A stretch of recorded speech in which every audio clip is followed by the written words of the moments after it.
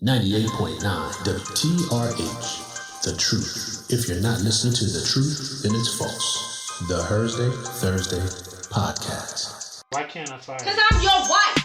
You can't fire me. We in this together. I want the truth. You can't handle the truth. Oh, yeah.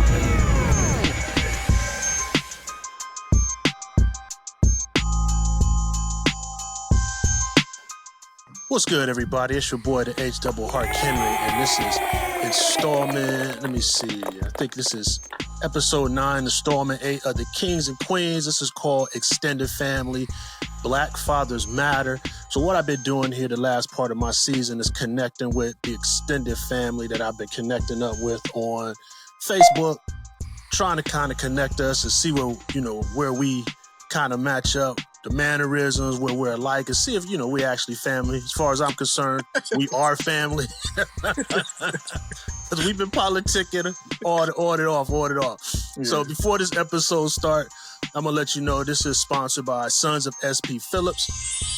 Sons of SP Phillips is an online boutique that sells new and very slightly used clothing and apparel for men and women, custom t-shirts that represent the culture, and more. Sons of SP Phillips gives style and attitude a dress code, and Sons of SP Phillips is inspired by the people and motivated by the culture. Go to www.sonsofspphillips.com and sign up. And we got a segment on the show, man, when my wife is here. She's out handling business, where we because we're sneakerhead, so I gotta show everybody. I gotta show everybody my Reeboks, matching up my GL 1000. So because I know my man got things to do, so I'm gonna go ahead and bring him on. My cousin, go ahead and introduce yourself, bro. Hey, my name is Carlton CJ Harkless. I go by CJ. I live in Milwaukee, and right. I'm a proud dad. Okay. Where are you originally from? I'm from Tuskegee, Alabama. Tuskegee. Oh man, yeah. It's a lot. Is it a lot of Harklesses down there? It's a few. They separate. They branched out from Tuskegee. Okay. Yeah, I did an episode. The last episode I did it with Crystal Harkless. She lives up in North Carolina, Raleigh, North Carolina. Most of them there. Okay. Yeah. And I found out we have 1,500 relatives right now. Wow, really? 1,500. Really? Yeah, I did the 23andMe. 1,500. Any of them from Ohio? I didn't get to see their location. I just got to see all their names and their faces and stuff. So I've been trying to branch out and reach out to them too. Okay. That's crazy. Okay. Yeah, I was telling her the last show where I'm from. It was only three Harklesses in the phone book. Us, my uncle, and this guy named Fred. And I met him once. My dad said, I don't know him. Mm-hmm. And I met him one day, and then on one of the Harkless boards, I was describing him, and somebody said, "Yeah, that's Uncle Freddie," and all this other stuff. So it was pretty interesting to. Is he in Texas? No, he was in Ohio. I think he passed away now. Oh, I'm sorry about that. Yeah, I know we got a few in Texas. I know that for a fact. Yeah. Okay. Yeah, it's crazy. We branched out though. Okay. Yeah, and I met a young lady from Cincinnati. She was telling me some stuff. She said it's like two sides of the family and they don't connect real well, but But the reason why I wanted to bring you on here, man, a couple episodes back, I did a podcast with my boy Malik, and we talked about it was called Black Fathers Matter. So this is Black Fathers Matters Part 2. Okay. And he talked about being a community dad and having children out of wedlock. And he talked about quite a few things and, some of the issues he went through and how personally he kind of was second-guessing himself on certain things, was asking his kids, was I a good dad? Why'd you choose this? And it was very, very interesting conversation. Definitely. And I wanted to continue that conversation with somebody else. And I know a while back you was having some issues because you have an older daughter, and I know you was having some issues with seeing her and all the other stuff and the courts and all that. And I just kind of wanted to chit-chat with you on that if you can, because I know it might be some stuff you can't talk about. Yeah, Basically, we're going ahead and jump in, right? Jump in it. We in it. Okay.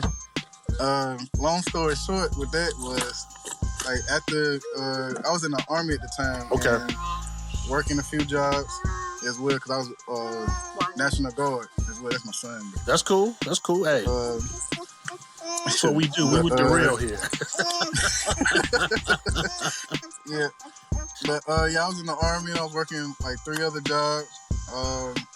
And on Mother's Day, I come home to find my daughter, my wife at the time, with our neighbor that was 4 doors down. Whoa. In the room. Wow. Yeah. And that started the whole shebang. Like, I'm coming home, just getting prepared for pre-deployment. And, hold on 1 second. No. But long story short was basically came to find that out. The judge basically was the same. Like, we had a domestic outfalling situation basically, and the judge basically had her put away for a little bit. So I had custody of the baby, and I'm sorry, y'all. And after that, she basically got out on her own accord with other family or friends that was, I guess, the dude that she was talking to or being with at the time helped her get out. When she got out, she made a determination that she was gonna make sure I couldn't have my daughter. Cause I was in Tuskegee. We was in Auburn at the time. I had to move back to Tuskegee because I couldn't be around her. I had to end up with, like, our divorce. I filed for divorce and custody of my child in February of 2014, 15. Trying to be sure, I think it was 14. And that process took 5 years. So in the duration of that, yes, Alabama is that backwards. Auburn, Lee County is that backwards. In the duration of that time, she made it very hard. Like, I was paying for my daughter's daycare. I was making sure, like, when I got off work, I was taking her to school. I had the routine, but I let her go back to her mom because my daughter, at the time, she was just starting to talk and she kept wanting her mom. So I let her go back to her mom, which is my mistake, because the judge let me have that temporary custody while she was dealing with her situation. So she goes to her mom. Her mom doesn't let her come back. She tells the daycare, to every other school she was at, I'm not allowed to be there. She didn't have no legal documentation stating that. She made sure she got a restraining order on me against her and my daughter, but I didn't do anything wrong. And what else she do? She kept harassing, like, my grandparents, my family on my side, telling them they weren't gonna be able to be around or see her and stuff like that. So me being who I am, I have my dad's temperament. So, like, instead of just letting her be a woman and not argue with her, like, I was argumentative, like, you're not gonna do that. I'm trying to, like, step in and be the dad, like, I was doing everything. I'm paying this, I'm doing that. And you basically chopping it up and you messing up everything I have in rotation with my daughter. So, and mind you, I let her keep the car that I had. I had a Kia, a brand new Kia. She had that till she wrecked that. So I'm walking boots on the ground with my daughter on my shoulders everywhere throughout Tuskegee to get her to daycare, get her to the library, get her to the store, whatever she wanted. Then, like I said, she ups and takes my baby right at my grandmother's yard, like, snatch her from my grandma. Can you please put your seatbelt on? It's your seatbelt too. You better put that seatbelt on, man. But so yeah, she just made it very, very difficult. Like, even when after that, like, died down, I gave it like a good few, like 3-4 months for it to die down there. At the bitterness between us, I got confirmation for I could go see her or pick her up from school when I got off work. I get there, she hasn't paid the daycare. Daycare is like, your baby's gonna get taken out of school. She's gonna be taken out of daycare, or she can't be here. And we got told that I'm not allowed to be, and I'm like, well, there's no legal documentation. So I had to end up calling the police department and the sheriff, and I'm like, hey, is there any documentation? The courthouse is right around the corner. So I go to the courthouse. The courthouse like, no, we don't have any documentation that you can't be around your daughter. You're not allowed to. You're not trespassing to go get her. And like I said, I keep saying long story short, but to nip that in the bud, I wait 2 more years until like I get the approval from her to have her visit me and my grandparents. And again, every little thing. If she missed her for one day, she wants her back. She couldn't. If her she needed food at the house. I mean, mind you, I was getting EBT at the time, so instead of me giving her my EBT card to buy groceries, I buy the groceries, and when she pick her up, she literally told me, "Don't buy her no more food. She don't need food. Just give me the money." What? To like I said, it was just very detrimental to her. She, like I said, it's even to this day, she makes it difficult to see her. And my daughter is 9 years old, already talking about emancipation. That exactly. She wants to be where I am. And I haven't, like I said, I haven't spoke that to my daughter. I tell her all the time, like, don't talk down about your mom, talk back to your mom. Like, I keep that installed into her, instilled into her. Like, don't act your age, basically. But yeah, it was like we was doing the social media back and forth to, like I said, just all the childish behaviors. Right. At that time, because we were young. Like, we got married at a young age. We had the baby at a young age. Yeah, it took me to like actually having to talk to. I forgot her name, but it's an attorney through social media that only represents men. And I'm mad that I can't remember her name right now. But she basically just gave me a little bit of advice. She was like, the social media stuff y'all doing, like, stop that. Nip that in the bud, because that's going to come back on you. When it comes to you asking to have it documented, when you don't get it documented, everything you buy, just basically document everything. Even though it's going to be tedious, you have to document it. And when you do have them, make sure it's not like you doing it out of don't use your baby to the same spite that she's doing it. Like, enjoy your child and make sure she knows that you're there. Like, I write my daughter letters knowing that she can read now, she can write, and I let her know, like, I ain't trying to cry, but she let me know like, when I write her, she'll tell me on the phone or she'll tell me on Facebook Messenger, like, Daddy, you're the best dad. I know you can't, you're not here. I wish you was here. I wish I could show you the messages, and like, it brings me to tears. Like, this girl saved my life. My baby saved my life at one point in time, multiple times, because the first time she was taken away, even after, like I said, coming home from pre-deployment training, having that, seeing that, it took my baby saving their life. And when it came down to, like, I'm depressed, I'm not around my child, that's all I ask for. I prayed for my daughter, and you can't be around her. Not even by a judge, but by the mother. It's super depressing. And yeah, because I've had a couple buddies, man, and it sounds, I've got a couple buddies who went through the similar situations, and my godson is actually going through it right now. And I had my godson talk to one of my buddies about it, and my buddies were both like saying, like what you're saying, document a lot of things, because most guys who go through, most men or most fathers who go through like what you're going through and what they're going through, they give up. And they be like, man, it's too much. The courts is against me. She got the upper hand. But it seems just like you and just like them, they started getting the information. They start doing the research. They start talking to the right people. And like the one lady said, get off social media because they're going to kill you. And that's what was happening to my godson, because, it was a whole bunch of stuff, because this chick was like brainwashing him, had him against the whole family. And then when he started getting his head right, I had him talk to one of my guys who got full custody of his son. And he started getting him on the right path, because and my other friend, he had custody, and I think the mom was still coming and snatching the baby up from daycare, and the courts wasn't in his favor, and it seemed like no matter where you live, the courts aren't designed to help us out, and that's when. No, go ahead.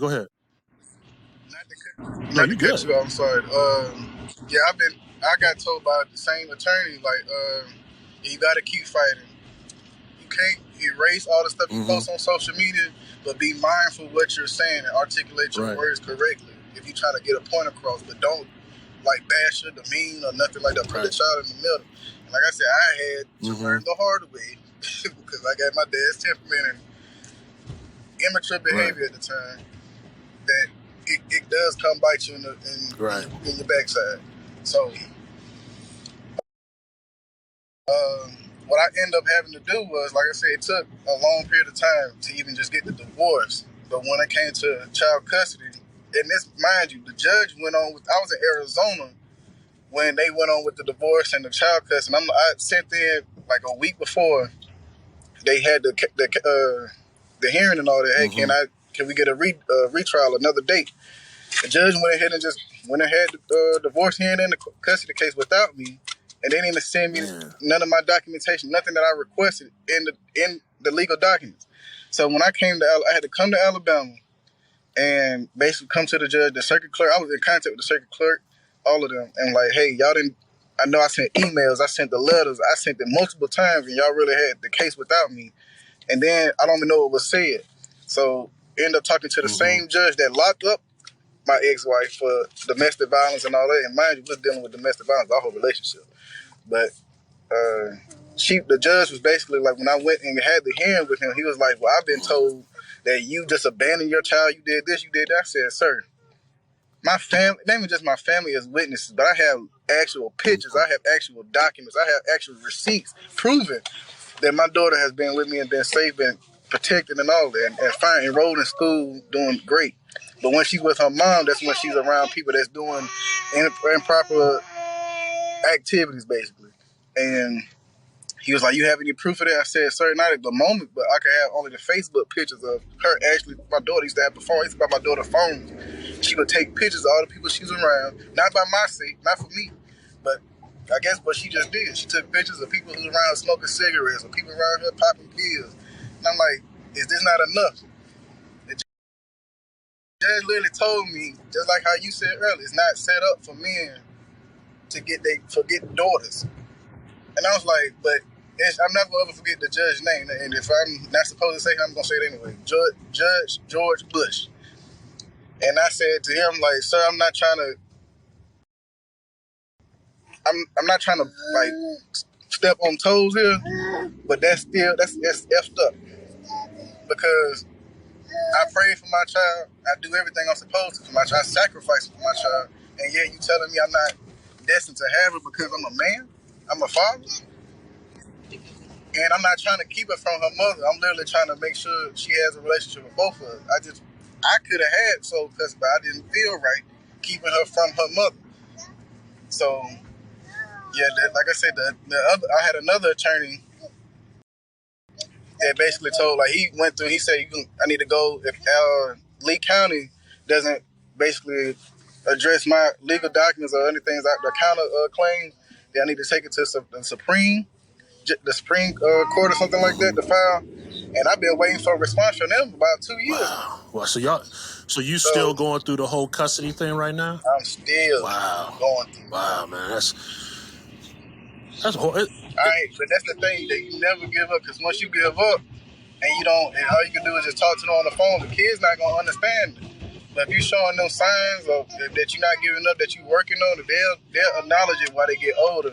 But in the meantime, it's hard. It does make you want to quit, because it's like it's not set up for you to win. Right. And it's a lot of expenses. Right. And I've talked about this before, a couple episodes, because I used to work with children, and we always had mothers that was like, oh, the dad, they do this and dad do that. And they would just feed that to us, the staff. And one guy told me, man, he said, Joe, we got to look at that stuff through like window shopping, more or less is what he's saying. Because he said, we don't know what his side is. And he said, look how difficult she is for us to deal with. And she's probably giving him hell for any and everything. And she had us thinking this guy was the worst deadbeat dude in the world. To come to find out, this dude was a contractor making $1 million deals in the city, building, doing construction. I'm like, man, hold on. And and like I said, there's guys who don't want to do anything for their children. Then there's men who are trying to do things for their children, and the system just kind of kicks them in the butt every time, man. And that's just it sucks. And the judge told you it's real. It's not set up for y'all to win. And I appreciate, when you hear it at first, it hurts your soul. Like, you take it with, like, as an insult. But when he said it and I had to digest it later on, my grandparents were like, just wait till like, this is the only thing that made it even worse to me. Was when my family wasn't supportive, they were just like,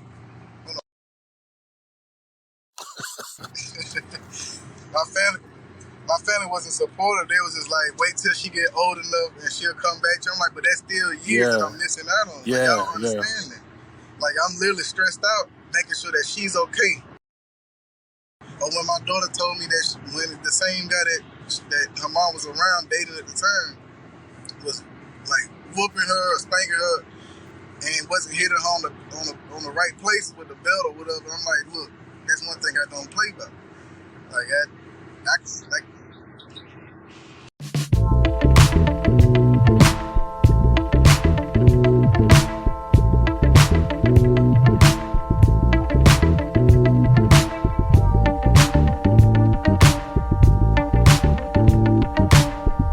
So, man, because I know you busy, you was out traveling, so man, just give us give some of these brothers some final words of wisdom on what they should do going forward.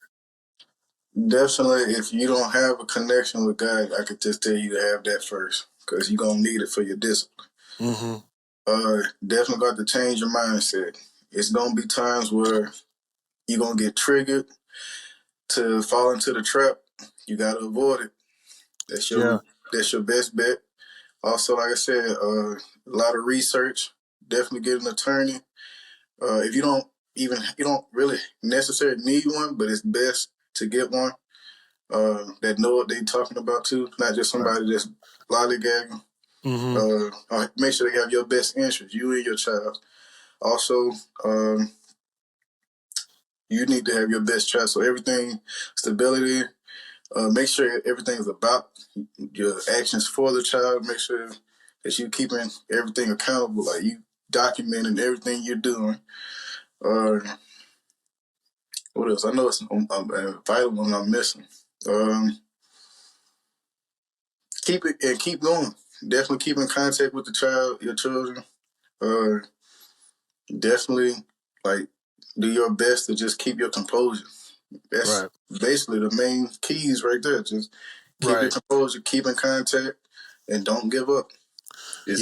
Yelling and screaming and inboxing stuff to your baby's moms isn't going to help you at all. And I think a lot of brothers need to realize, I personally think that a lot of brothers need to change that mindset as baby's mom. Understand that's your child's mother. There's a different level of respect when you see it that way. Definitely. Yeah. And I think another thing, and this is something a buddy of mine did, and again, this went with research for him. I don't know if it was the magistrate or the judge, whoever was presiding over his case, he had them removed for being biased towards him. So I don't know if that's because, like, you're in a different state. What you have going on is in Alabama. We're in Ohio. So a lot of brothers, I hope a lot of brothers hear this and listen to this and understand that they do have rights. Yes. And my buddy said he was coming in ties. She was coming in pajamas. She wouldn't show up. He would get fined. Yeah, that's a no-go. Yeah. So he said, once he figured out what his rights were and he had that person removed from his case, he said everything went smoother. And he, matter of fact, he's had his son for I don't know how long, and his son just graduated college. Yeah, I'm sorry to do that again, but definitely that's the research that I was speaking of. Definitely go talk to an attorney, or even if you got to do a consultation, know your rights.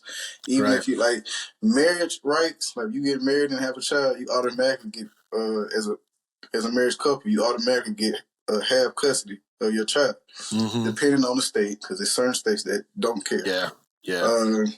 But 90%, majority of the time, you get half. But definitely go learn your rights, exercise your rights, and just keep your composure. Because that's another thing in court too that I can only say will also alter your decision. If you get in court and let whatever the judge or whatever your child mother says, if that alters the facial expression, it can go left. You gotta be composed. Yeah. You gotta know they're gonna come in there and they're gonna try to trigger you. Yeah, both from the judge and the mother. In any situation that we're in, regardless, we have this stigma or this preconceived notion about us, who we are, that we're already violent, that we're already upset. And like you said, your facial and your body language, that change, that can go against you in the court of law. And that's in any law, really, man. Yeah. That's true. All right, man. I appreciate you. I appreciate you, family. I really do, man. I appreciate you too, man. Keep your head up, man. We gonna connect on some other things because, like I said, I know you got some other things going on, and I appreciate you coming back on here, talking to my peoples on the Thursday podcast. I appreciate we definitely gonna connect. You said you're living in Milwaukee. Where you living now? You're in Milwaukee, yeah. But everything is taking place in Alabama. Yes, sir. Okay. And everything's still pending. So are you still going back and forth, or you waiting on the courts? Well, so far, I'm like a counter appeal for what the judge made. He gave her basically full custody, and I got visitation for the holidays, like birthdays and stuff like that, which I'm not opposing, but I do feel like I should get more visitation rights than that because I've done more. Right. So, and I'm not trying to go in a battle seeking way, but I'm going in the way of like, hey, I deserve more. That's all I'm asking for. All right, man. All right. And my bad to cut you off one time too. Go ahead. If you don't believe in child support, put yourself on child support before she does or the judge does. Ooh. I promise you it works out better than anything else because you can set it. I'm telling you, it's the best way. I've never heard that. Yes, put yourself on. If you don't have that type of child's mother that's like automatically, I'm gonna put you on child support type energy.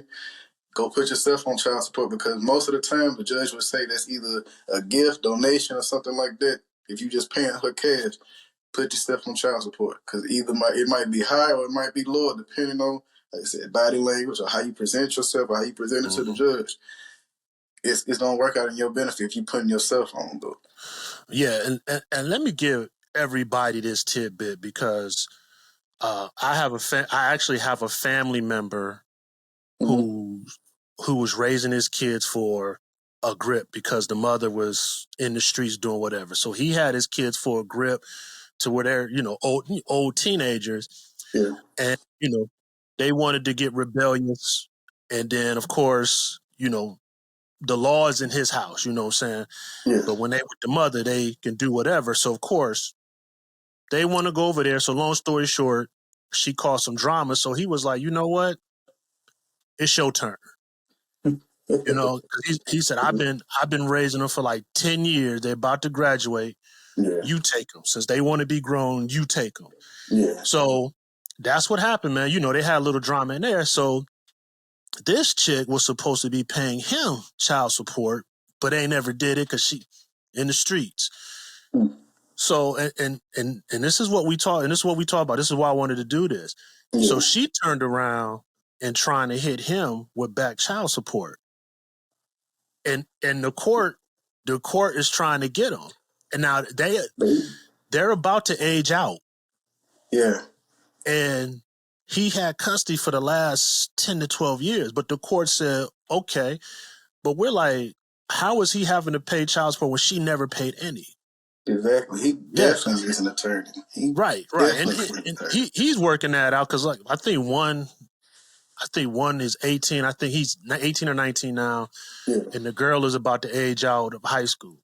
But it's slick stuff like that, man, that is why that I'm putting this together and why I grabbed you on here, man, because this is it's racist. It's racism against us, definitely. And spite too, because if you Yeah. saying that she's basically doing it out of spite and vengeance because he doing it to her. So it's like he can have a counter appeal, but I can't, like I said, I don't have any law degree or anything like that, but he's definitely going to need an attorney because he can find out what statute, whatever it is that she's using for vengeance, spite, or whatever, malice, and use that against her. So it's so many things, like I said, that I got put on with knowledge that I'm disappointed in my situation ain't how it's supposed to be going, but I'm telling you, you find the right attorney that's in your corner, they gonna get you justice. They gonna get him justice. Right. And something I always preach, my dad used to preach to me back in the day, and I share with my brother and I share with my little cousin, research your research. Yep. Research your research, man. It's out there. We as black men, we have rights, but if you don't know them, the people who's supposed to help you is not going to tell you. Yep. They're going to just leave you out there hanging. My grandparents told me just like that, because my granddad is a sheriff. He said, when you go to court, the judge will tell you, nobody's oblivious to the law. You know, they have laws out here. You have to study them and do your own research. So, yeah, like you said. Wow.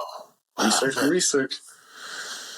Man, I hated that you're going through that, man. I hope one day that everything works out. And then, I hope that one day we also work it out. We're all physically together, man, and we can fellowship and just be love. And I can already see the tendencies between us. We just both cool brothers trying to do our thing, man. Both laid back. So everything's good, man. I appreciate you. I love you, man. Love you too, fam. And you in the backseat was your son, right? Yeah. And you said your girl's having another? Yeah, I'm having another boy. It's supposed to be in April, but we're thinking he might come in March. So congrats, man. So you already know. You've already learned from that last one. Yeah. Okay. No more mistakes, man. All right. No more mistakes. All right. Well, you got anything going on? Any websites or anything, or you just working and just doing your thing, man? I'm working. I'm just like only thing I'm doing on the side. I'm like working on phones. I was a notary, but I'm getting myself together. I'm getting back in. Yeah. All right, man. If you get anything popping off, you let me know. Definitely support you in everything that we got going on, man. We always here for you, especially if you need somebody to talk to. I'm here for you, family. All right? Thank you for that, fam. Appreciate it. All right, man. You take it easy, man. I love you. You too. Love too, fam. Yep. All right. So that was my extended family, CJ Carlton Harkless, man, all the way, I think he said in Milwaukee. I appreciate him coming on. I can never say that enough. I appreciate and love everybody that comes on the Thursday podcast. And, my family has some things to do. As you can see, he took time out of his day with him and his kids and his wife and his girl to come talk to us. So just to drop some knowledge and some gems for the fathers out there who trying to do things the right way. So what I did here, I found some information that I'm going to share, and a lot of it has website and web links, and I'm going to put that information also in the bio of the episode.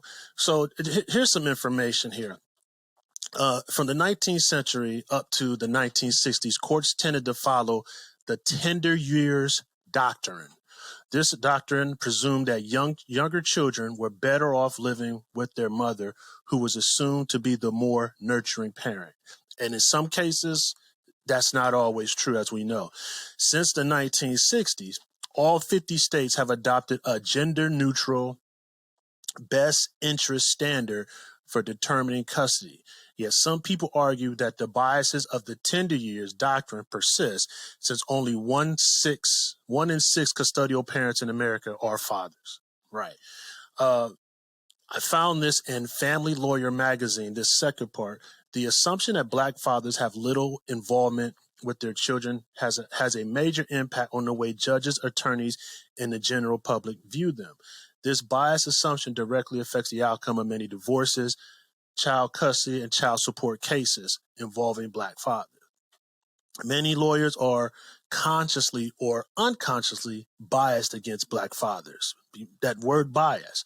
Another problem is frequently seen is biased lawyers who tell their clients that moms automatically get custody and dad should only get a few days.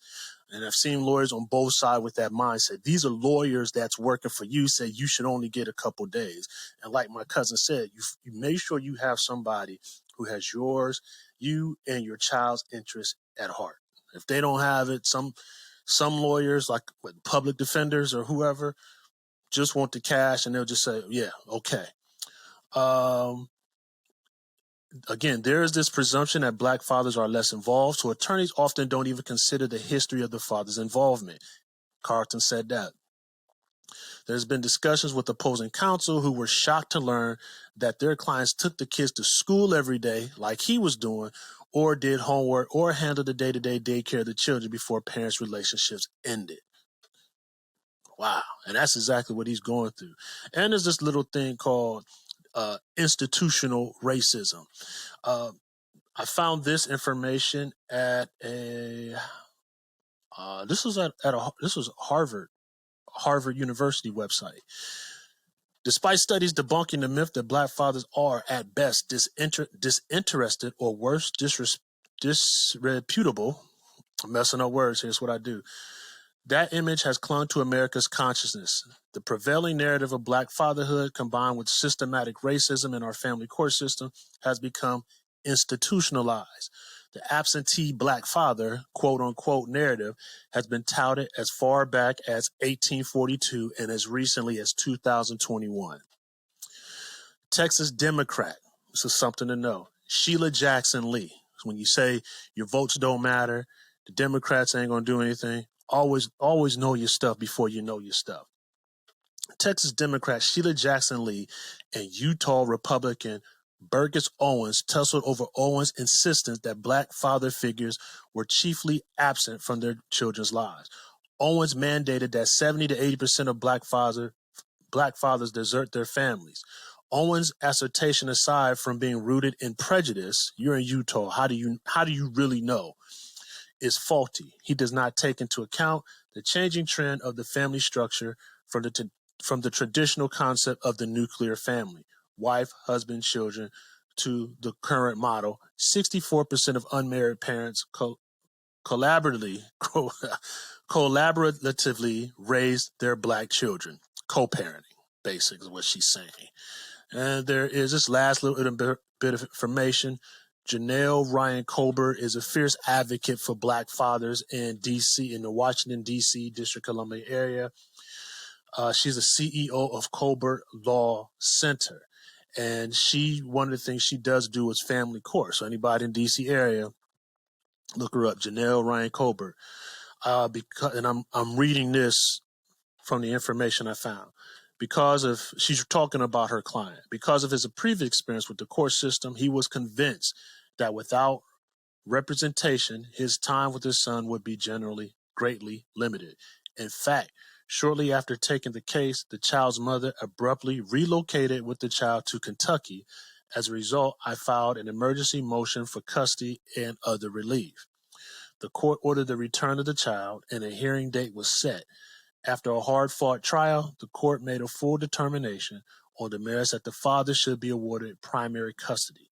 The court concurred that the child's mother did everything she could to block this child's relationship with his father and that her actions were not in the best interest of the child. Carlton just said that. He said it previously that if you can have all your documents, proof that they're trying to keep the child away from you, that's going to work in your favor. Hey, this has been Black Fathers Matter Part 2. I'm here advocating for your brothers. And I'm not saying that all the mothers out there are horrible, but there are some who are out there who are being spiteful and trying to keep fathers away from their children. And I've got a couple other things here for you. It looks like 90% of all child custody cases without a judge ruling work out right.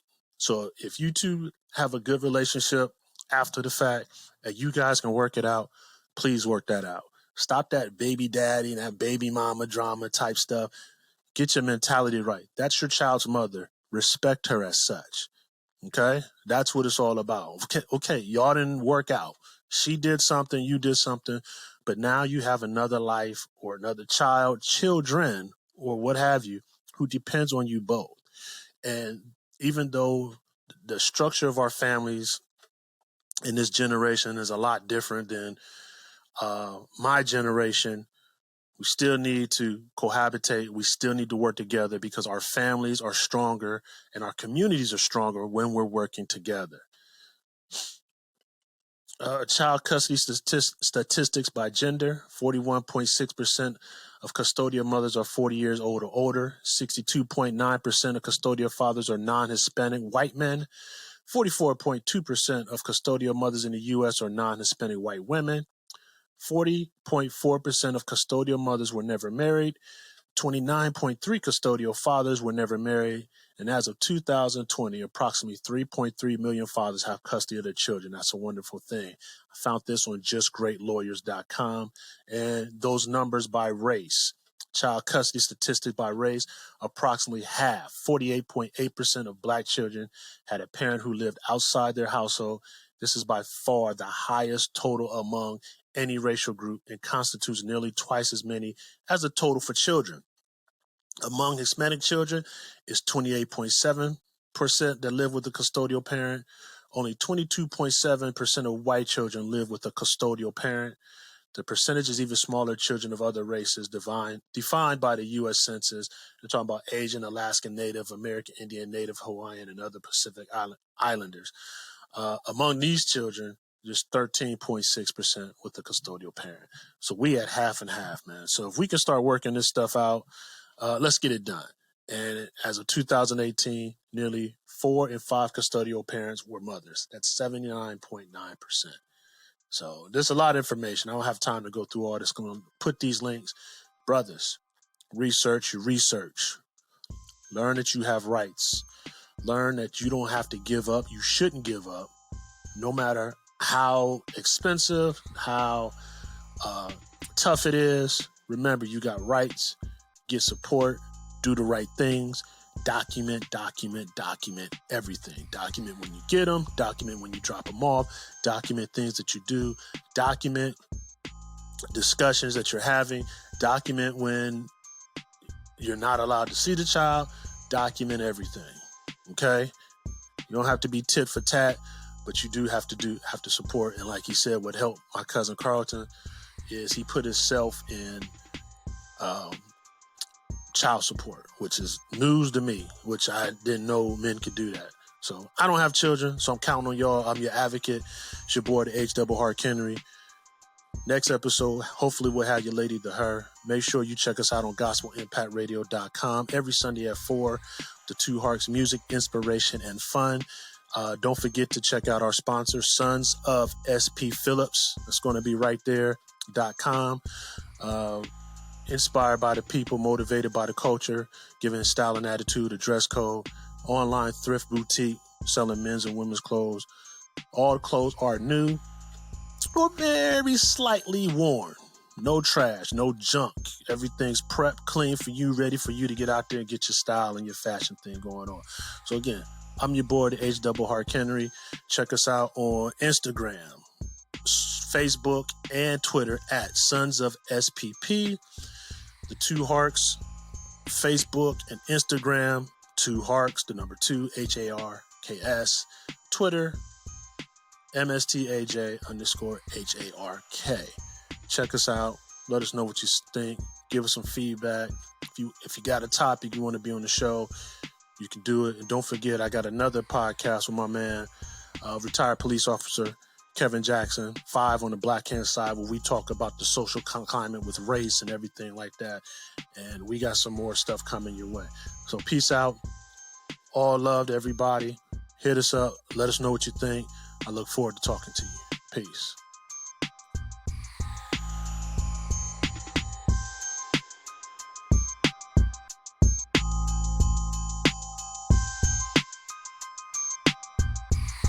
.9 WTRH, the truth. If you're not listening to the truth, then it's false. The Thursday podcast. Because I'm your wife.